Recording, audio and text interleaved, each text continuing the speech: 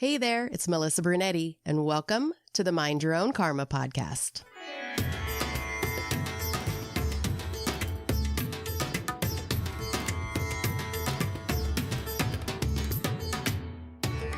Hey Karma Crew, thanks for joining me for this episode of Mind Your Own Karma Beyond the Bandage.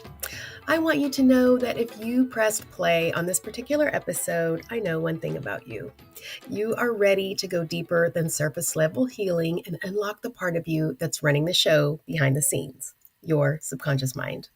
And today's guest is here to help you do exactly that. Craig Meriwether is a certified clinical hypnotherapist and medical hypnosis specialist who's helped thousands of people transform trauma, overcome anxiety, boost confidence, and change lifelong beliefs through the power of the subconscious mind. We're talking about what hypnotherapy really is and what it's not, why we get stuck in fear and overwhelm, and how you can start rewriting your internal programming starting today.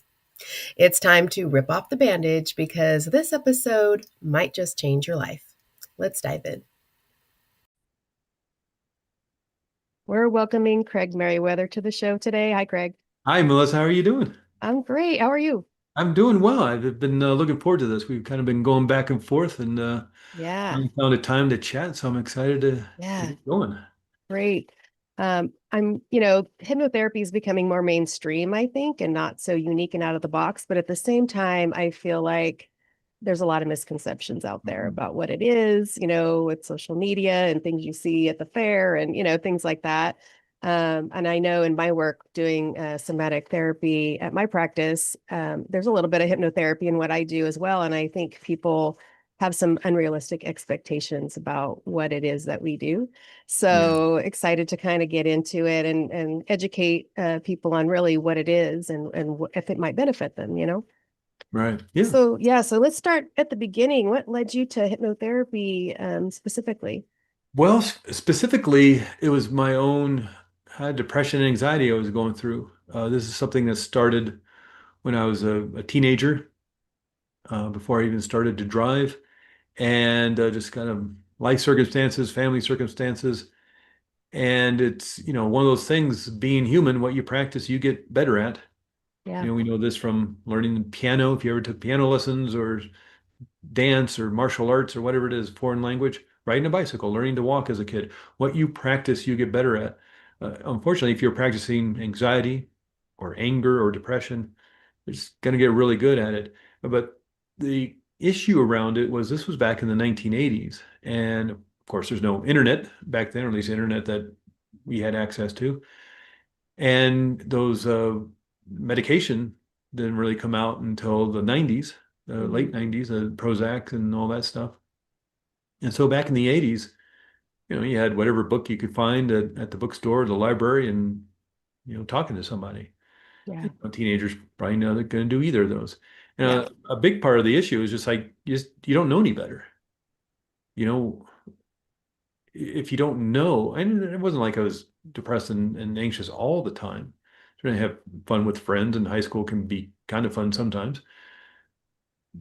But as I got older, especially out of school, and a lot of my friends, you break off. Your high school friends go off into all sorts of different directions, other parts of the country and the world, and you lose that base, and you make new friends and things. But I was more of an isolationist, and so it just kind of got deeper and bigger, and the more you practice something, the better you get at it. And then, I was trying, especially in the 90s, the self-help movement was getting big, the self-growth movement. Tony Robbins was becoming super huge.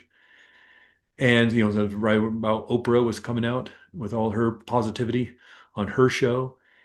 And so there was a lot more discussion, especially when the medications came out, the Prozacs and all that, the SSRI drugs. So there was a lot more discussion about it. And then you got the internet coming out in what, 96, 97, something like that. Yeah. But by the time we were getting to the 2000s, and what really led me to want to improve myself, like really put some time and effort to it, because I had been, but it just couldn't really find anything that worked well for me. We're gonna, my wife is pregnant. And I thought, okay, well, now I really got to get it together. because my mom was struggled with depression. I struggled with depression. What are the chances my son's going to struggle with depression, whether it's nature or Right. nurture? Right. So I thought, well, if nothing else, sometimes if you won't do it for yourself, you'll do it for somebody else. So I thought, well, I better get my life together. And a lot of things I was reading and researching, especially, early 2000s. He was born in 2000. But in the 2000s, early 2000s, because you had access to a lot of information. And the conversation was out there about depression because of the medications. So it wasn't hidden like it was, so many years before. And one of the things when you read the books or you read the articles or saw interviews or lectures or what have you, was that they would have this list on here's what you can do to change your life and be like the top 5 things or a bullet point list. And 4 of the things would always be different, but one was always the same. It was always hypnotherapy. They were always Mm. mentioning hypnotherapy. And so all these people that I looked up to and admired and, inspired me, they were always saying, do hypnotherapy because it's a great way to access the subconscious mind and make changes and create healing. And so I did. And I found it extraordinarily helpful and healing. Just because of the way my brain's wired or my brain works, I have to maintain this. There's a certain relentlessness to this, but I have the tools and the techniques, and I know how to deal with these issues. And hypnotherapy is a big part of that. And so, you know, I started talking about more about like depression and things as the internet made it easier and easier to get, to talk to people and do things. And I wrote a book about depression. And I was kind of doing the personal growth thing, but I finally had the opportunity to train in hypnotherapy at a wonderful school, the Hypnotherapy Academy of America. 2.5 months, 500 hours, 9 a.m. to 6 p.m., Mm. Monday through Friday. It was extraordinary training. Yeah. And, I just had the opportunity later in life, kind of to pivot and kind of move even deeper into the work I like doing and became a hypnotherapist and just love the ability to help people change because as you know, with this work, it's not that I'm fixing anybody. I don't fix anybody. And Right. hypnotherapy in and of itself doesn't fix anybody. You fix yourself. Hmm. Because who better to know what the problem is than you, and who better to know what to do about it than you? Yeah. Just like the subconscious mind knows how to heal the cut on a finger, heal the scrape on a knee. You don't have to think about it. A lot of times, I don't know how that got there. I don't know how I got that cut on my finger. I don't know how to scrape on the knee. But the body knows, or the mind, the brain, and the body knows that, oh, here's an emergency. We need to send the white blood cells or the whatever is going on there. We need to create a scab. We need to create the antibodies. We need to create new tissue. We need to create new skin. And in a week, somebody's, hey, didn't you have a scrape on your knee? I'm like, oh, yeah, I guess I did. I don't know what happened there. It just healed itself. Yeah. Body and mind know what to do to heal. Just sometimes with these emotional and mindset issues, it may be holding on to that stuff to protect and to keep you Hmm. safe, to armor yourself. It's just kind of faulty computer programming. Yeah. Sort of like if somebody's writing a computer program, an accounting program for their business, and they put in there 2 + 2 = 5.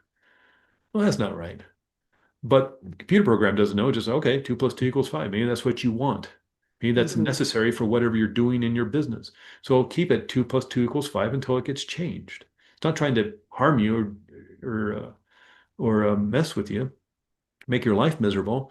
It's just that's the computer code that was entered, maybe by Yeah. mistake, maybe through duress, unconsciously, maybe as a child even. But that's the computer code that was entered in, as computer coders say, garbage in, garbage out, Hmm. until you change it. Yeah. And that's the brilliance of this. It's just, I don't want to make it sound as easy as that, but maybe sometimes it's as easy as that. Yeah. Yeah. So tell us what hypnotherapy is and maybe what it isn't.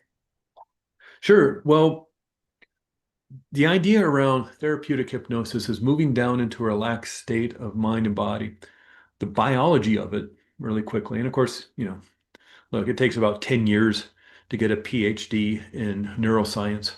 So we're going to do a little 5 minute, about the brain and the mind. But the basic biology around it is brainwave state. And the famous brainwave states we learned about back in school are beta, alpha, theta, and delta.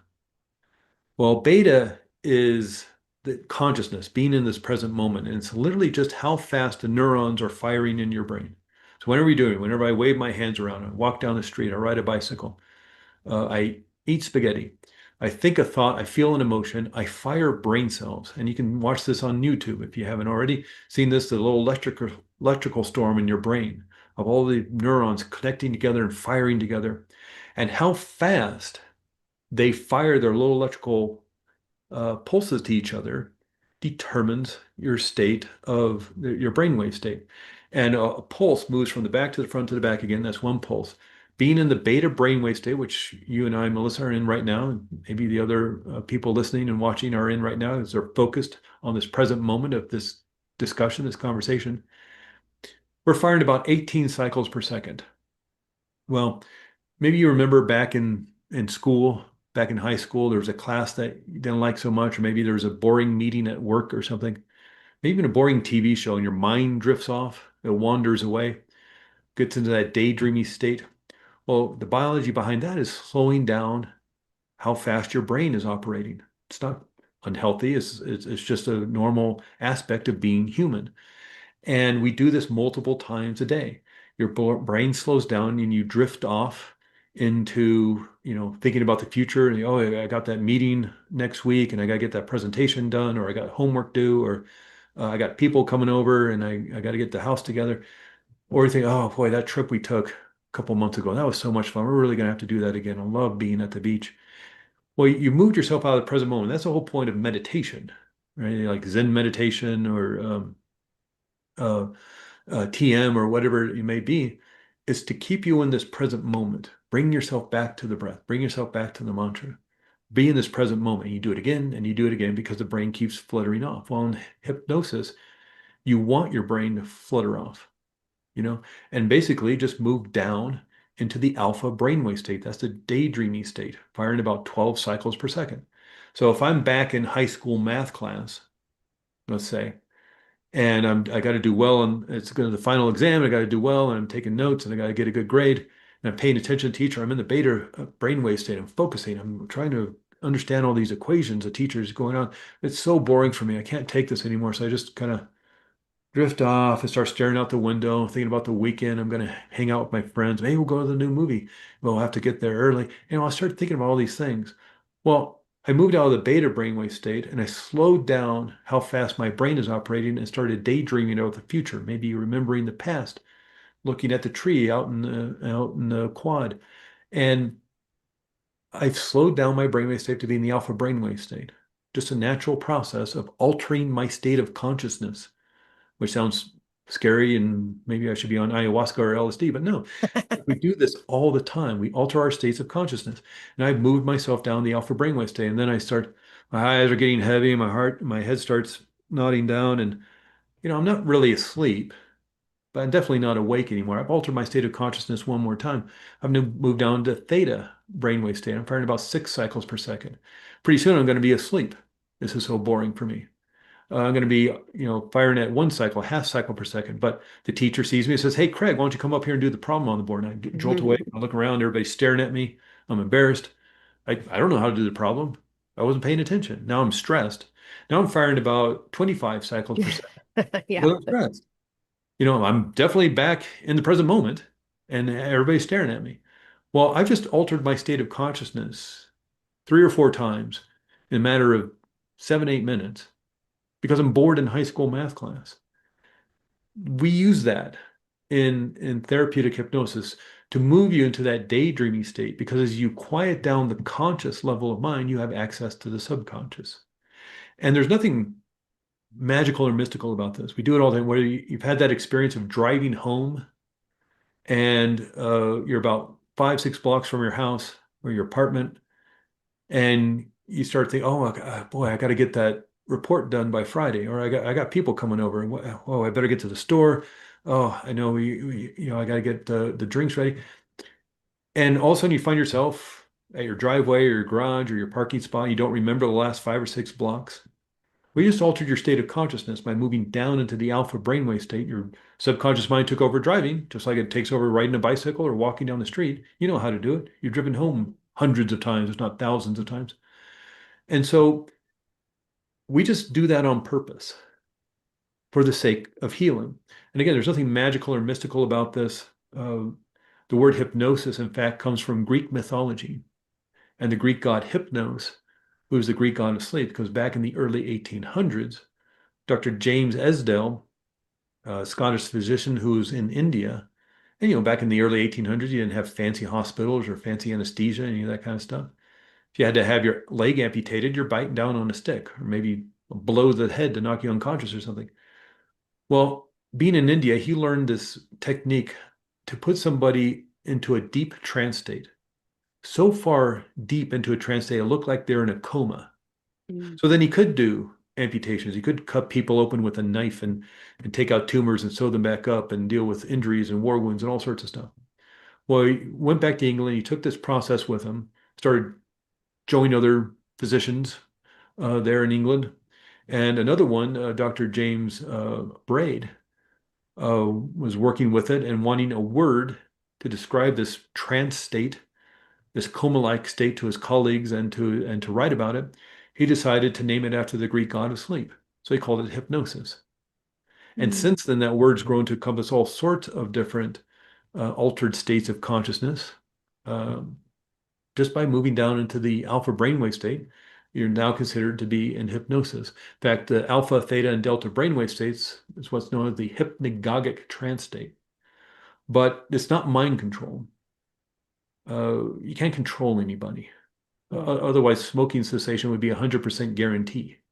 You know, it's not 100% guarantee because some people actually don't want to quit smoking.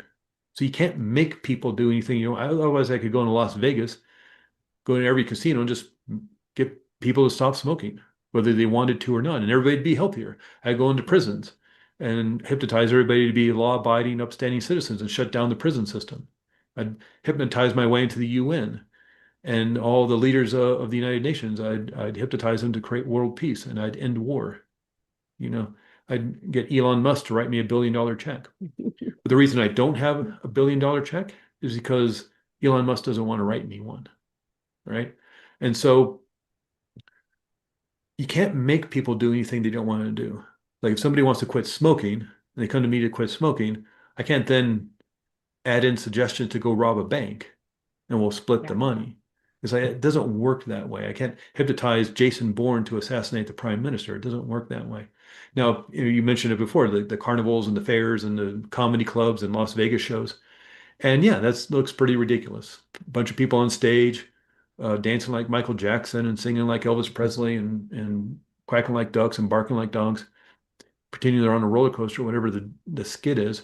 But you have to understand, everybody who got up on that stage volunteered to get up there. You know, they're exhibitionists, they're extroverts.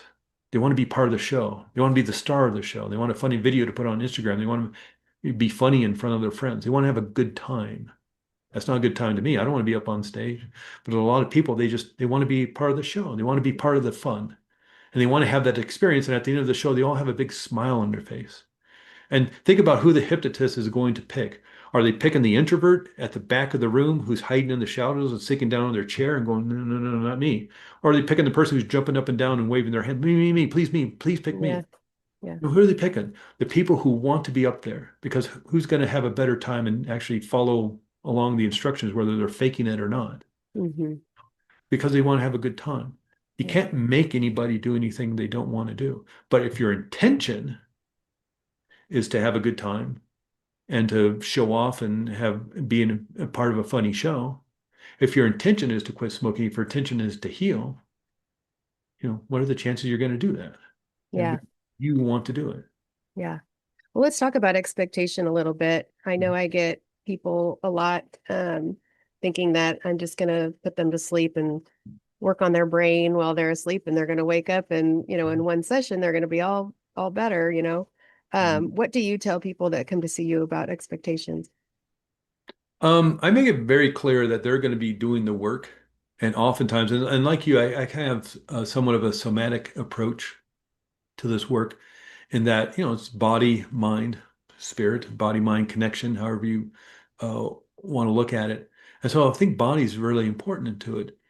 And with this work, we're using the subconscious mind. And so Sigmund Freud, Carl Jung, and Milton Erickson, they all showed us and taught us that the subconscious mind speaks in symbolism, in metaphor, uh, allegory, storytelling. And so we can speak back to the subconscious mind. This isn't talk therapy, which can be very important. Talk therapy is a very important way to create change and healing, and just to talk about it to somebody who's got a wonderful set of ears to listen to you. But this isn't that. This is something different. And this is sort of reprogramming your subconscious mind, but there is effort involved. Yeah, there's to a certain extent, when people relax so fully, you're able to install the suggestions they want. Because again, it's the suggestions they want. You've already talked about it. You're using their words. And that's why the intake form is very important, because I want to make sure, because I think everybody should have more joy in their life. Well, maybe that word doesn't work for them because they had a teacher or their aunt or somebody who was named Joy and we were kind of mean to them or something. So joy is not a very good word to use. So what about happiness would be better? So you want to use their words. And in terms of using this work, yeah, their expectations, it's important because we want to work on what they want to work on. Even if it's just, I don't know, I just feel like I'm blocking myself. I feel like I'm self-sabotaging myself. That's all we need. That's all we need. You may write 8 very detailed paragraphs about what the problem is and what you want to work on. Or someone may just say, I just feel anxious all the time. I don't know why. Well, your subconscious mind does, because it's not easy to turn on the stress response. It's a very inefficient way to run the body. So it knows when to do it and why it's doing it. So the expectation is you're going to be doing the healing work. I don't work hard. I don't like to work hard, you know. So that's why I don't dig holes in the summertime or do roofing work or anything like that. I like doing hypnotherapy because it's me helping somebody else fix themselves. I Mm-hmm. don't have to do it for them because I don't know what's wrong. How would I know what's wrong? Yeah. But you know what's wrong. And that's what's extraordinary about this is you can create the healing, even if you're not really sure, because that's the conscious mind. That's that logical part of mind. We're dealing with the emotionalized subconscious mind. And just by having an intuition, a notion of what might be the problem, even just a feeling state. I don't know. I just feel hurt in my heart. Okay. We'll start there. That's the Mm-hmm. symbolism, the metaphor, the allegory of the subconscious mind. But there may be aspects of it where, okay, I want you to take a big vacuum hose, put it up to your heart and vacuum out all that hurt and pain. Or I want you Yeah. to pull it out, or I want you to pretend that you're doing this or that or the other thing. And then that's the process, the symbolism, the metaphor, the allegory. It doesn't matter. It's ridiculous. I mean, Mm-hmm. we know we can change how we feel in our body and how our body runs by having a nightmare. And it doesn't matter how crazy the nightmare is, a big gigantic cheeseburger is chasing you down the street throwing coconuts at you. It'll turn on the stress response. Again, not a very efficient way to run the body, not an easy way to run the body. Brain's creating adrenaline and cortisol, heart's racing to get the blood and oxygen to your muscles. Breathe in shallowly to quickly get oxygen into your system. You're shutting down and powering your immune system, your digestive system, all because of cheeseburgers chasing you down the street. Through thought alone, you can change how you feel in your body. Okay, so Yeah. let's do that on purpose. And it Right. may involve some somatic experiences of like, I want you, that cord that's connecting you to your ex, and still feel hurt and pain around that. I want you to notice where that cord is connected to you.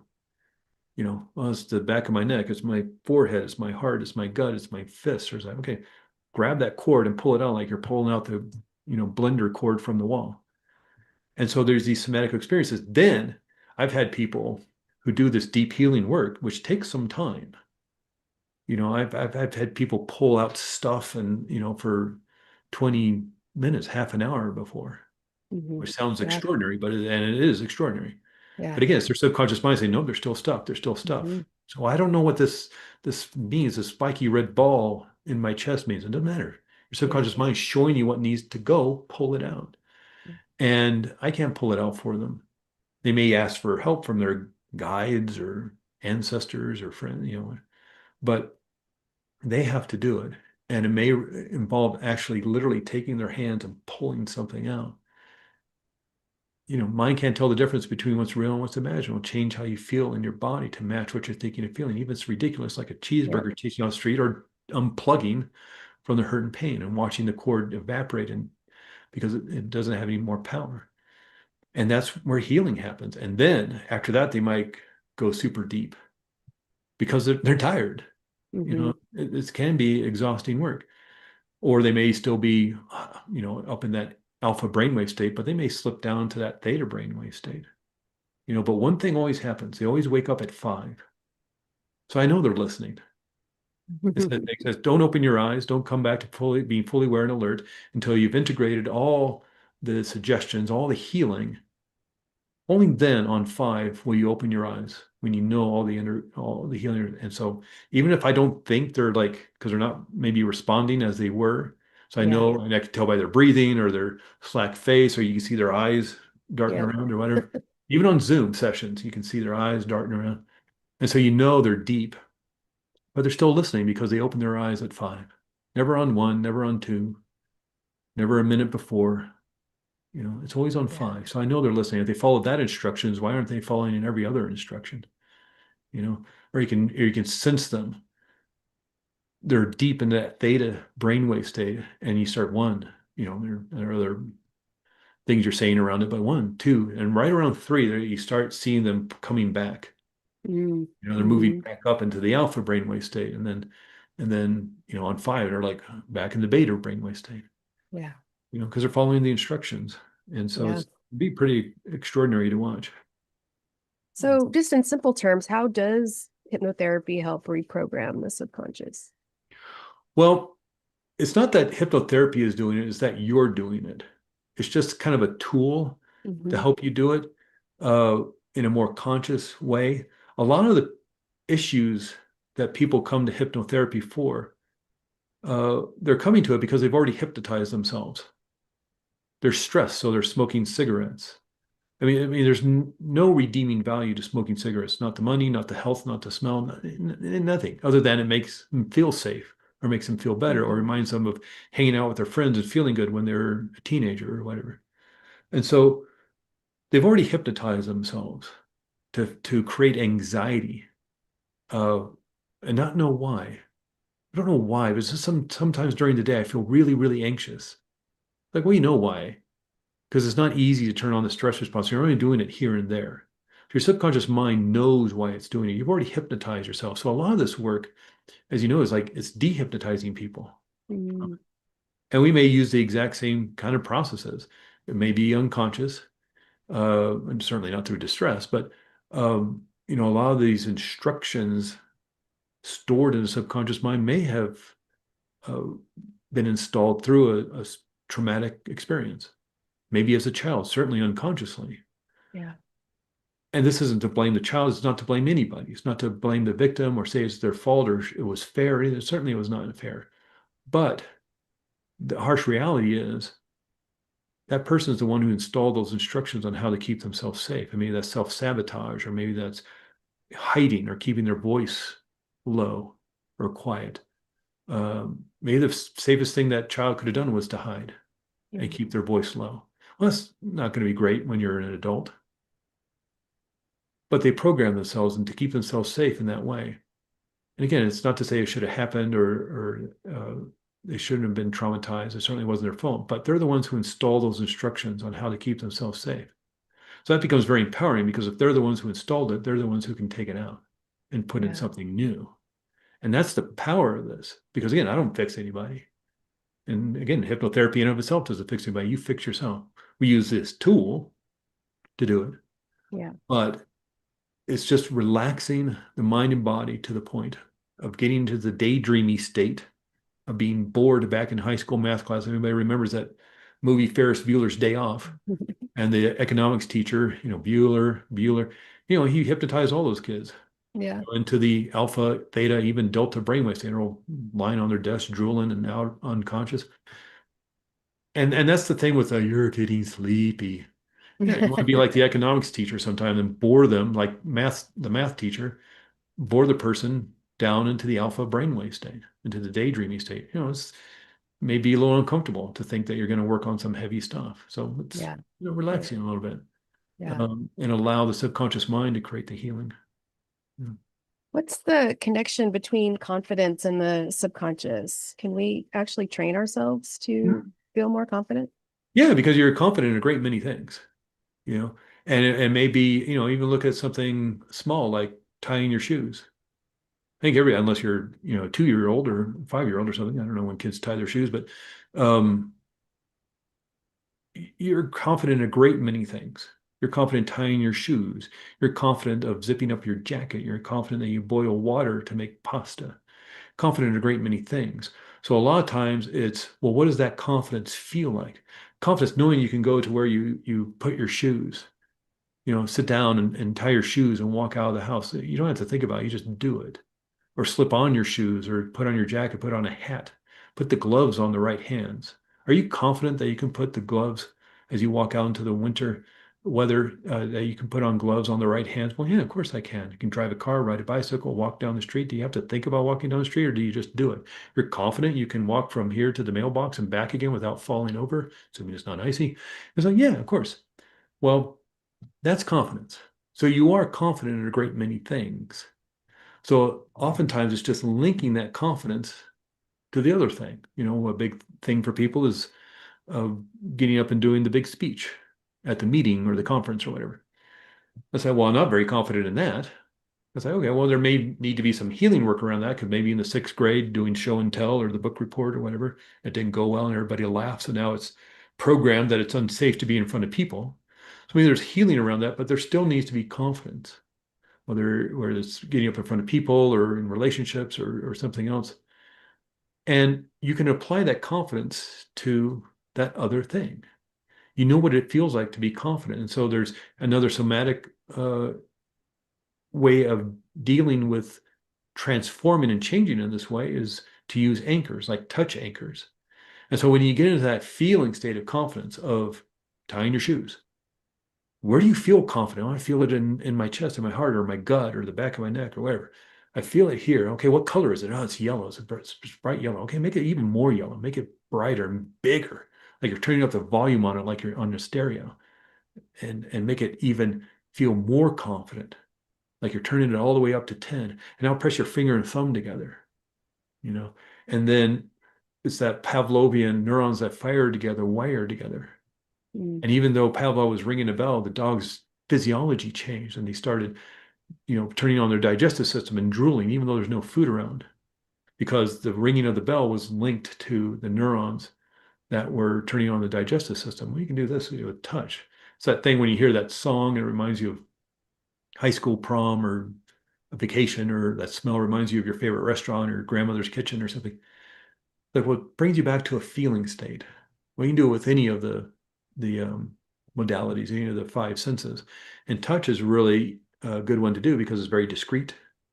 And so you press your finger and thumb together, linking that confidence. And now I want you to think into the future, pretending, moving off into that daydream. You say, I want you to think about the future. I want you to see yourself giving that speech and the standing ovation. Mind can't tell the difference between what's real and what's imagined, and start rewiring your brain to match, your body with what you're thinking and feeling.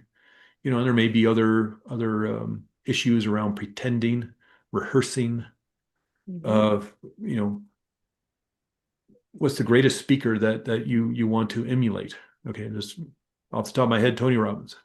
Okay, well, Tony Robbins is this person's favorite speaker. He's so energetic and motivating and inspiring. He's been doing it 40 years. Man, he's so good at it. I'd love to be someday as good as Tony Robbins or Oprah or whoever.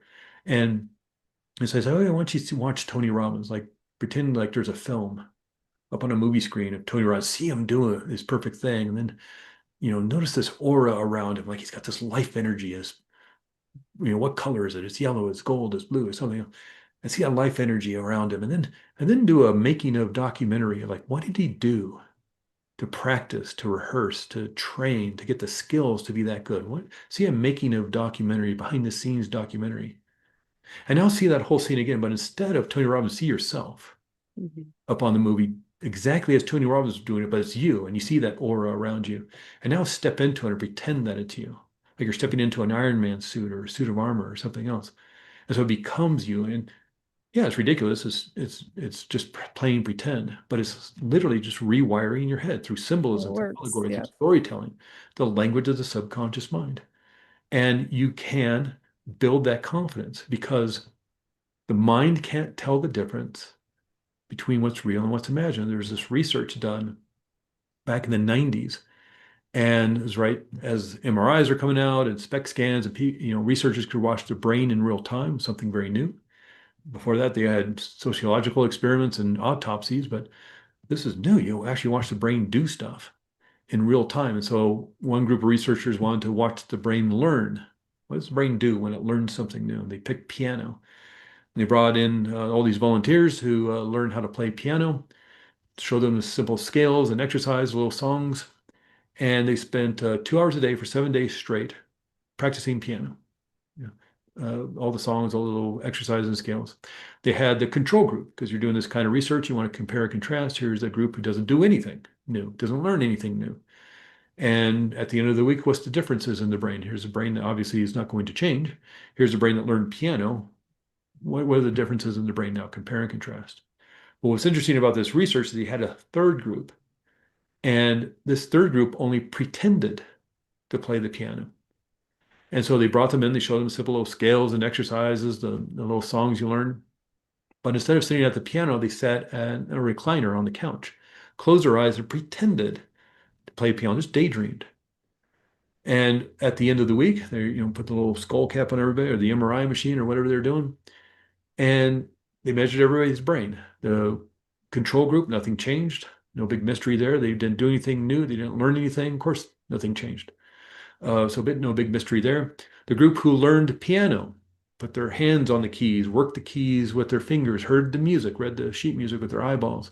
They developed a new neural network in the part of the brain for music, associated with music and learning. Okay, that makes sense. Of course they did. They're learning something new. They're practicing a skill. They developed new neurons, new neural pathway, brain cells connecting together. Well, what's fascinating is a group who only pretended to play the piano developed the same neural network in the same part of the brain as those people who are playing piano. Their brains look like they're piano players, even though they never touched the piano, never heard any music, never read any sheet music. Yeah. Through pretending they were somebody else, they literally rewired their brain in less than a week. Now, of course, that's, you want to keep that going. You're going to practice, you're going to rehearse, you're going to keep it going. There's a certain relentlessness to keeping up skills and talents like that. But you can rewire your brain. According to the University College of London, it takes 66 days to create a habit. We're talking months, if not weeks. It doesn't have to take years and years and years and decades to fix. Yeah. But it does take some practice. It's not just you go like you were talking about before. Well, it's just not one session and it's one and done. No, there's some practice involved in this. Yeah, you take a piano lesson, but then you're going to be practicing. And how long is it going to take to change? I don't know. If you're learning that piece of Mozart on the piano, are you practicing 15 minutes once a week? Or are you practicing, 3 hours twice a day? One's going to get you there faster. Yeah. For those of your listeners, Melissa, who are of a certain age, you may remember the 1970s and the Soviet Union in the Olympics. And the Soviet Union was very dominant in gymnastics. Nani Comaneci from Romania and all the Soviet Union satellite states. They won the gold and the silver and the bronze and all the world championships.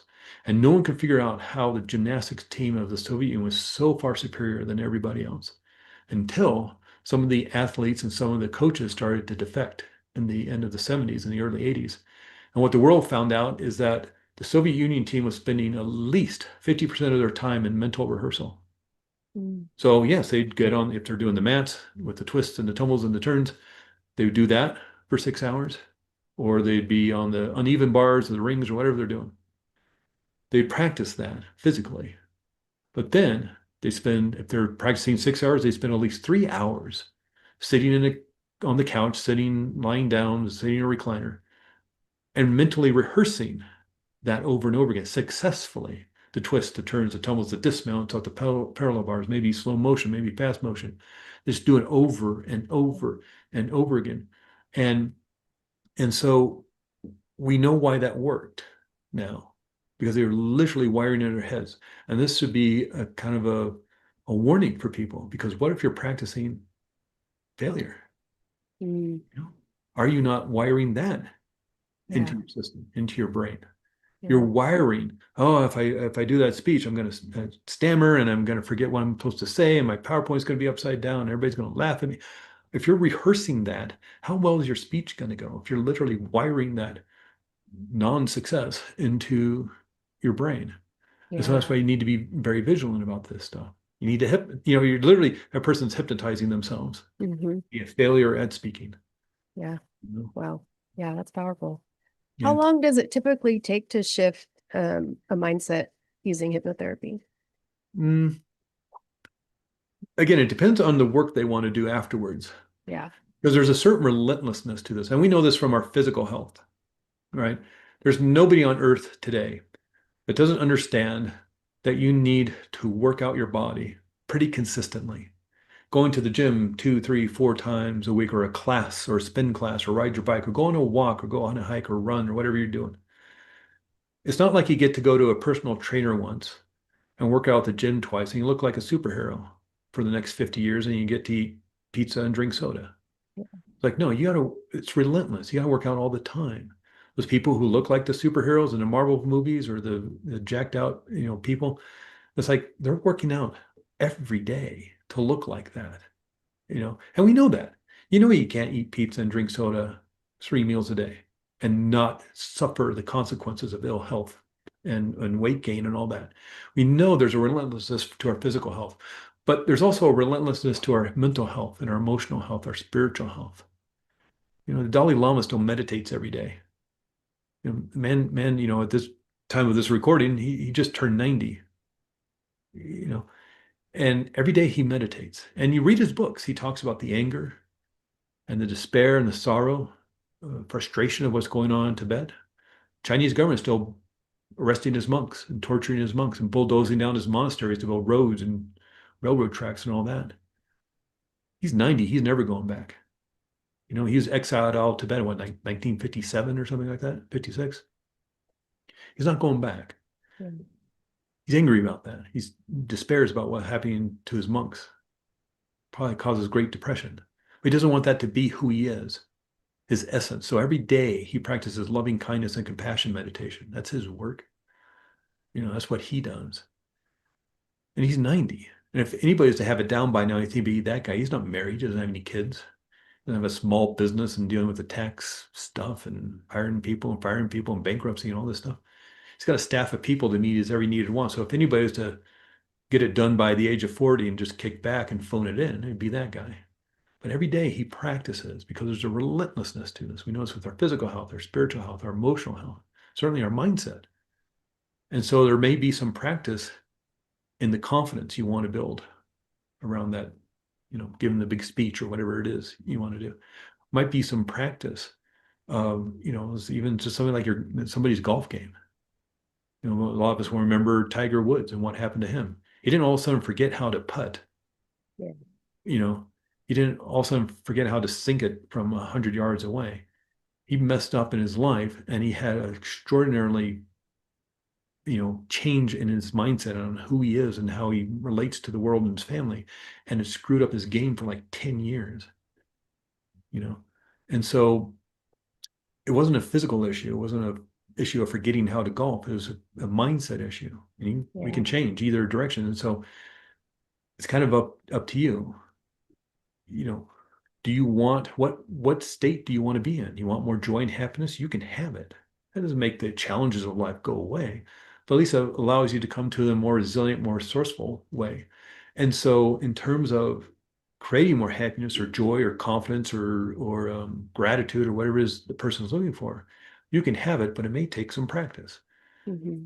Hypnotherapy can help remove any sort of maybe blocks or self-sabotage or the hurt and pain that may be blocking that joy and happiness, and install the seeds, the spark of that happiness and joy. But, if you don't practice, what are the chances that it's going to grow? If you don't water it, you don't nurture it, you can pull the weeds. That doesn't mean you're going to have an extraordinary flower garden, you know. And so there's nurturing to it. And when you stop nurturing, I don't know, ask the Dalai Lama when you stop doing it. Yeah. Seems like you do it till you're done. Yeah. And so there's a practice to this. And yeah, it's a pain. I don't always like going to the gym, you know, but I know it's necessary if I want to keep my body at a certain health and wellness. And same with my, mindset and my my emotional health. I mean, I talked about the depression and anxiety. But then, just the way my brain operates doesn't like all of a sudden went away because I did a couple of hypnotherapy sessions. Yeah. The hurt and pain of life I was able to heal, but I still have to maintain just because this is the way my brain operates, you know. And I use these tools, I use these skills and these strategies to help maintain, you know, the mindset and the emotional state that I feel comfortable with. And so, Yeah. there's, I don't know if that would answer your question. I know that was probably like a long answer to a question, but it's it, there's a certain relentlessness to being awesome. You can be as awesome as you want to be. Yeah. It's also, again, to be healthy in body takes some time and effort. And also, but with your mental state, your mindset, it may just be listening to that 15-minute recording. Yeah. You know? Yeah. So are there any quick techniques that someone could use to calm anxiety just in the moment when things are going on? Yeah, yeah. Anxiety, there's a couple things really quick. Some super duper quick ones would be if you were to like you're in the airport or you're in a meeting or something, maybe not wouldn't do this in a meeting, but someplace even outside in front of public, you just squeeze all your muscles, Mm-hmm. hold your breath, and let it go. It really helps release the stress within the body. That body is then going to communicate that to the brain and the mind. So just tense every muscle from your toes up to your hair follicles to your little tiny muscles in your fingers. Tense everything and then just let it go like that. That's a good one to do. Because when you're feeling some anxiety or panic or stress or anger, you're lighting up a part of the right side of the brain. And so to calm that down, you can take my glasses off here. Cover up your left eye. And it's only to cover it up because it's hard to I can't do it. Like close one eye, keep doing it. So cover up the eye and then look up. Keep your head still, like your head's looking forward. But you look up with your right eye, like you're looking up above your eyebrow. And there's to look up, and we do in hypnotherapy, you'll hear as part of the induction sometimes with your eyes closed, look up above your eyebrow because there's something about looking up like that turns on the parasympathetic nervous system. Mm. And covering that left eye, because left side of the body is controlled by the right side of the brain, you're calming down that right side of the brain. And so there's another issue. Putting an ice pack on the back of your neck helps stimulate the vagus nerve. Breathing deeply helps stimulate the vagus nerve. Vagus nerve is attached to the lungs, of course, the heart and the gut, and the vagus nerve is a big part of the parasympathetic nervous system, the relaxation response.